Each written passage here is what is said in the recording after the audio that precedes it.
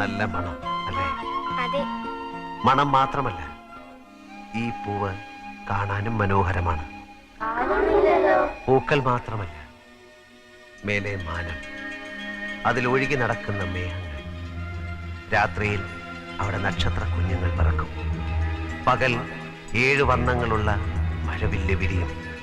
ഈ മണ്ണിൽ കിലുകിലേ കിലുങ്ങുന്ന നദികൾ, മഞ്ഞുമൂടിയ പർവ്വതങ്ങൾ, അങ്ങനെ എന്തെല്ലാം ഉണ്ടെന്നോ കാണാൻ. പിന്നെന്താ ഞങ്ങളൊന്നും കാണാത്തത്?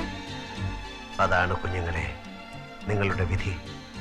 കാണാത്ത കണ്ണുകളുമായി അന്ധതയിൽ അലഞ്ഞു തിരിയാനുള്ള ദുർവിധി.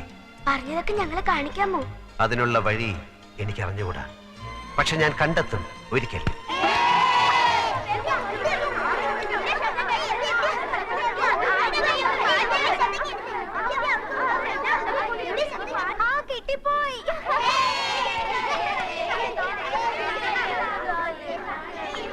ആരും വഴക്കിടണ്ട. ഇത് നമുക്ക് കാഴ്ചയുടെ കഥ പറഞ്ഞെന്ന് ഏട്ടന് കൊടുക്കാം. ഇത് ഇലാമപ്പഴമാണ്, നല്ല സ്വാദാ. ഏട്ടന് വേണ്ട, നിങ്ങൾ എല്ലാവരും കഴിച്ചോളൂ.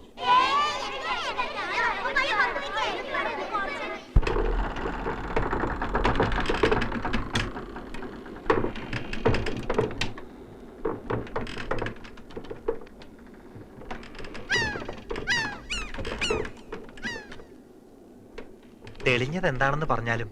പറയാം. താഴ്വാരത്ത് ചൂഴ്ന്നു നിൽക്കുന്ന കരിമ്പാറകളെ ഭേദിച്ച് അകത്തേക്ക് കടക്കാൻ ഒരണുപ്രപഞ്ചം, ഏതോ ആഘാതത്തിൽ അറിയാതെ വേർതിരിഞ്ഞ അണുസംഘാതങ്ങൾ കാത്തു നിൽക്കുന്നു.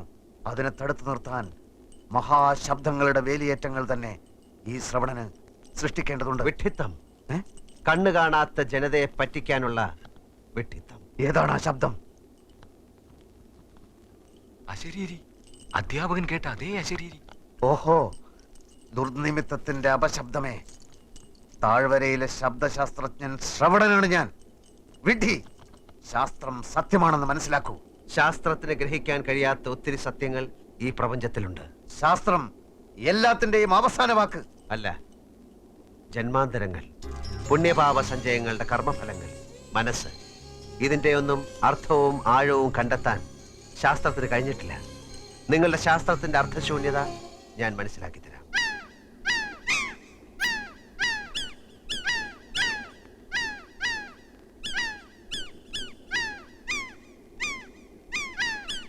നിങ്ങളുടെ പരീക്ഷണ നാളിയിലൂടെ കടന്ന് പ്രതിധ്വനിച്ച ശബ്ദം എന്താണെന്നറിയാമോ? അതൊരു കിളി ചിലച്ച ശബ്ദമാണ്. വിശ്വസിക്കരുത്, ഈ അശരീരിയെ വിശ്വസിക്കരുത്. ശാസ്ത്രമാണ് സത്യം. താഴ്വരയെ ആക്രമിക്കാൻ എടുക്കുന്ന അനുഗ്രഹത്തെയാണ് ശബ്ദങ്ങൾ കൊണ്ട് ഞാൻ പരീക്ഷിച്ചറിഞ്ഞത്.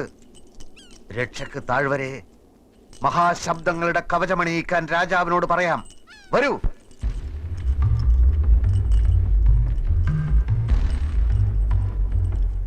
അവനെ പിടിക്കാൻ നമ്മുടെ സേനാപതിക്കും ആയുധങ്ങൾക്കും എന്തുകൊണ്ട് കഴിയുന്നില്ല? ശബ്ദത്തിന്റെ വലയത്തിൽ അവനെ പിടുത്താൻ കഴിയില്ല. അവനേതോ മായാവിയാണ്. കർമ്മിയില്ലേ? ഉണ്ട്. ഒന്ന് ഗണിച്ചു പറയൂ.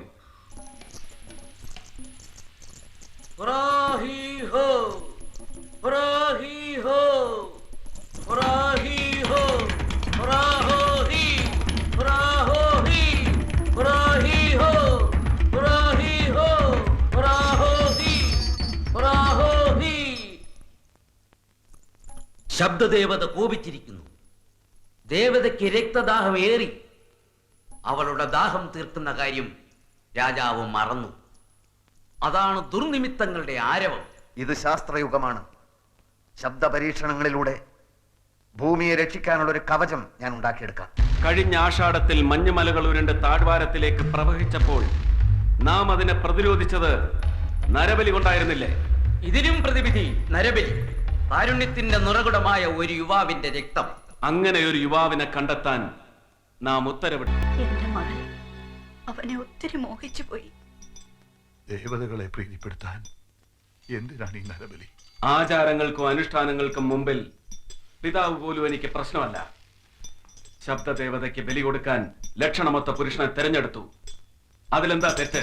ലക്ഷണമൊത്ത പുരുഷൻ സോദരി സ്നേഹിച്ച യുവാവാകുമ്പോഴാണ് രാജാവ് സ്വാർത്ഥനാവുന്നത്. വേണ്ട മോനെ, ഈ നരബലി വേണ്ട. ഈ മണ്ണിൽ നിരപരാധികളുടെ രക്തം ഇനി ഒഴുക്കരുത്. പ്രജകളുടെ കണ്ണുനീരിന്റെ ചൂടിൽ കിരീടവും ചെങ്കോലും കത്തിയിരിക്കും. നിന്റെ അവിവേകങ്ങൾക്ക് കാലം നിന്നോട് കണക്ക് ചോദിക്കും. നിർത്ത്. തളർന്ന വൃദ്ധനാവിന്റെ രാജധർമ്മം വിജയന്തൻ ആവശ്യമില്ല.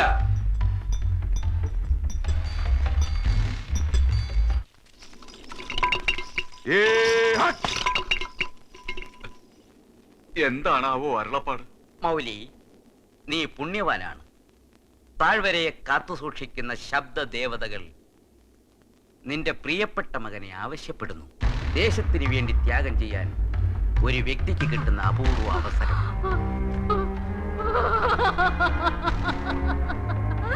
യജമാനനെ മറ്റെന്ത് വേണമെങ്കിലും ചോദിക്കൂ, ഇവനെ മാത്രം കൊണ്ടുപോകരുതേ. ബലിപുരുഷൻ ഇന്നു മുതൽ ദേശത്തിന്റെ സ്വത്താണ്. അവന്റെ മേൽ ഇനി നിങ്ങൾക്ക് അവകാശമില്ല. അനുസരിച്ചില്ലെങ്കിൽ ശബ്ദപര ദേവതകളുടെ ശാപം ഈ ഭൂമിയിൽ വീഴും. പിന്നെ നീയും നിന്റെ ഗോത്രവും രക്ഷപ്പെടില്ല.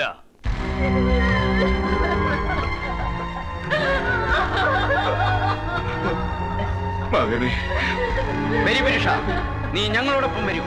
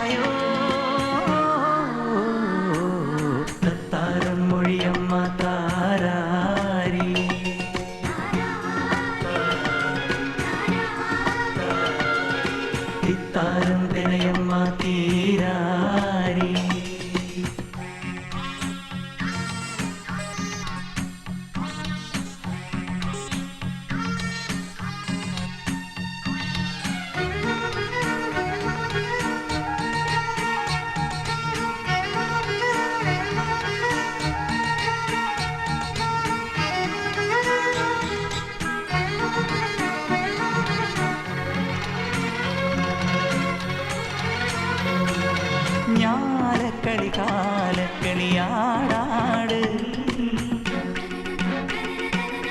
മൂലപ്പൊരുളായി കളിയാടാട് പൊയ്യാരം തായേ കയ്യും മെയ്യും താ പയ്യാരം പാടാനുള്ളം തുള്ളിവാ ഉരിയാടൂ ഇനി ഉയരാടൂ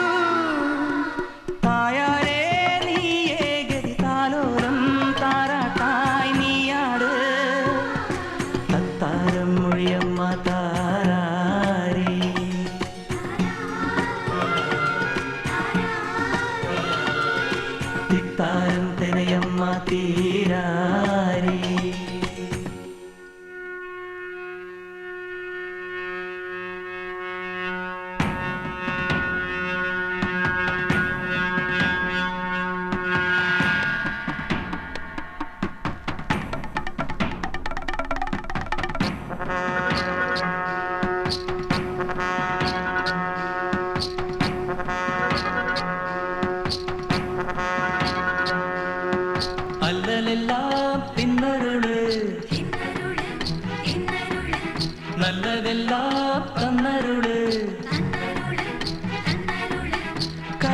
കണ്ണുണത്ത് കാതിനു മെയ്യുണത്ത് കാറ്റുണത്ത് കാനക പാട്ടുണത്ത് കരളിലെ തിന്താരേ ഓരനേ അല്ലലെല്ലാം തിന്നരുള്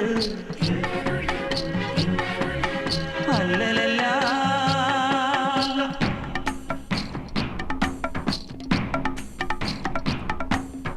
ഉത്തമ പുത്തരി ചിത്തൊളിയേ ദിന മംഗള പത്തിരയേ ഉത്തമ പുത്തരി ചിത്തൊളിയേ ദിന മംഗള പത്തിരയേ ചത്തം മുത്തം താ തിരുത്തിത്തിൻ താളം താ ചത്തം മുത്തം താ തിരുത്തിത്തിൻ താളം താ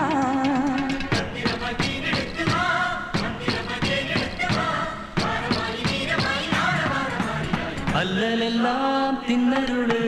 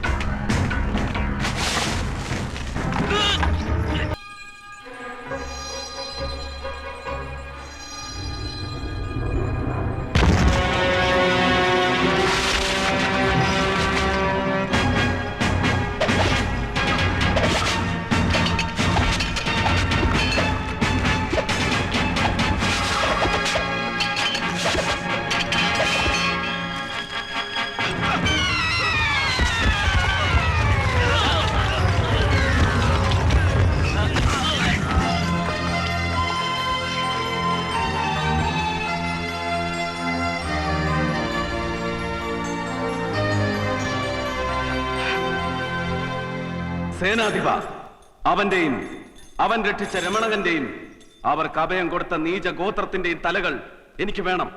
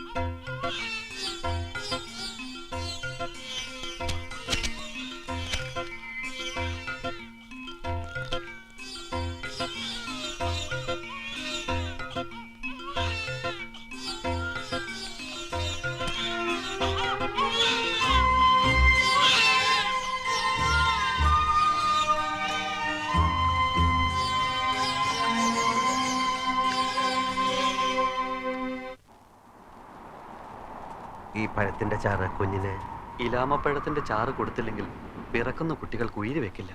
സിദ്ധൌഷധം. ഒരു കാലത്ത് ഇവിടെ ജനിച്ചു വീഴുന്ന ശിശുക്കൾക്ക് ആയുസ് ഒരു നാൾ മാത്രമായിരുന്നു. തലമുറകൾ സന്തതിയേറ്റു പോകുന്നതിൽ മനംനൊന്ത് ഞങ്ങൾ പാറകളുടെ ദേവതയെ പ്രാർത്ഥിച്ചു. ദേവത പ്രത്യക്ഷപ്പെട്ട് ഏതോ വിത്ത് വാരിയെറിഞ്ഞു. മഴയും വെയിലും കുളിരും കാറ്റും പോറ്റിയ വിത്തുകൾ മാമരമായി. മരം പൂത്തു കായ്ച്ചപ്പോൾ ദേവിയുടെ അരുളപ്പാട് അനുഗ്രഹമായി. അന്നു തൊട്ട് താഴ്വാരത്തെ ശിശുക്കൾ മരിക്കാതായി. അത്ഭുതസിദ്ധിയുള്ള ഈ പഴമാണ് ഞങ്ങളുടെ ജീവന്റെ രഹസ്യം. ഒരിക്കൽ കഴിച്ചാൽ വീണ്ടും കഴിക്കാൻ കൊതി തോന്നും. പക്ഷേ വിത്ത് കഴിക്കരുത്, കൊടിയ വിഷമാണ്, മരണം നിശ്ചയം.